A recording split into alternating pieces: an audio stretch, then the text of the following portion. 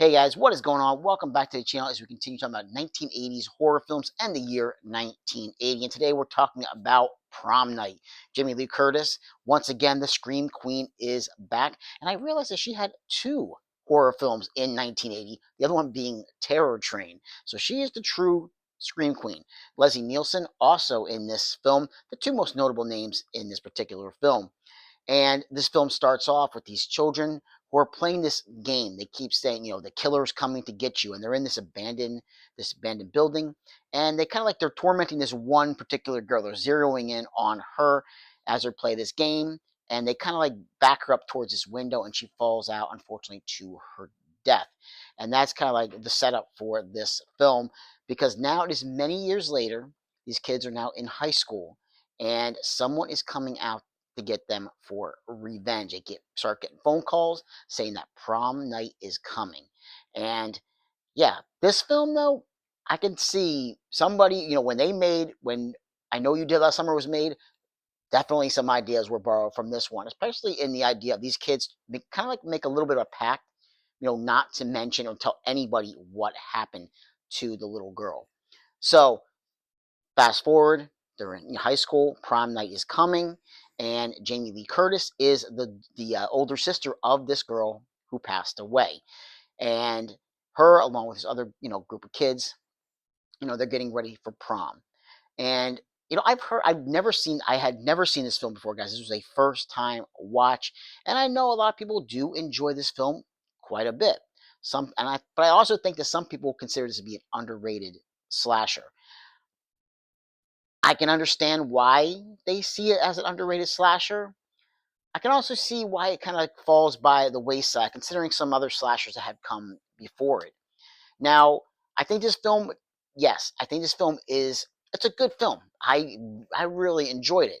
I think it was slow at points. It's only an hour and a half, but they spend a lot of time after that death of that young girl at the beginning. They spend time kind of like developing the characters. You're getting to know the characters as they're older now in high school, and you kind of see how they've changed since being children. And we don't really start getting any kills until maybe like the last half hour of the film, but it really goes hard in that last half hour. The kills are done pretty well. The idea of who the killer is, they plant the red herring in the film of who the killer might be. But for some people, you guys might have been able to figure it out who the killer was right off the bat. It took me a little while. I was kind of like going back and forth. I kind of figured it out. Then I was like, no, I think it's this person. No, I think it's this person.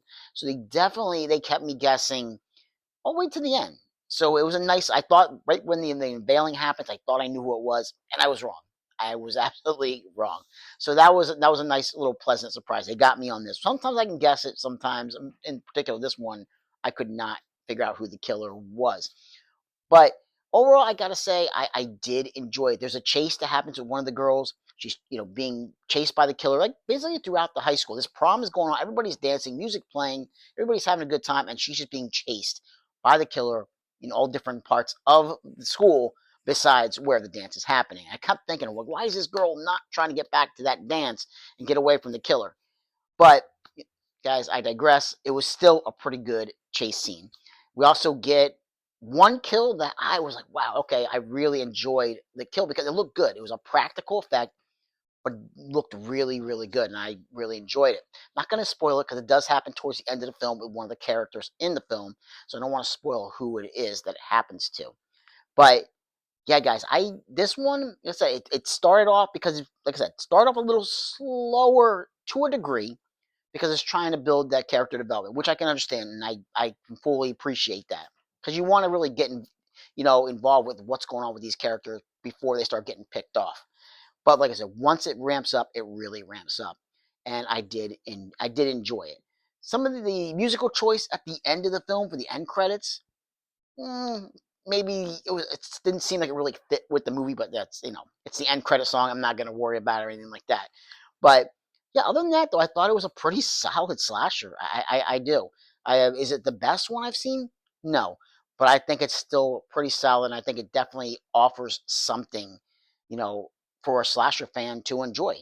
And seeing Jamie Lee once again, I'll tell you, this woman, she is the true legend as far as being a scream queen. I Give me more Jamie. Even now, put her in more horror films because I still think she could definitely bring it with her acting chops.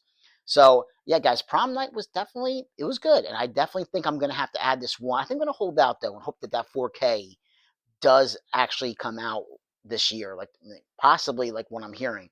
So yeah, I'm just gonna, before I go and buy that Blu-ray, because it's happened many times. I buy the Blu-ray and the 4K gets announced. I think I'm gonna wait and hold out and hope that maybe that 4K does get announced very soon. So Prom Night from 1980.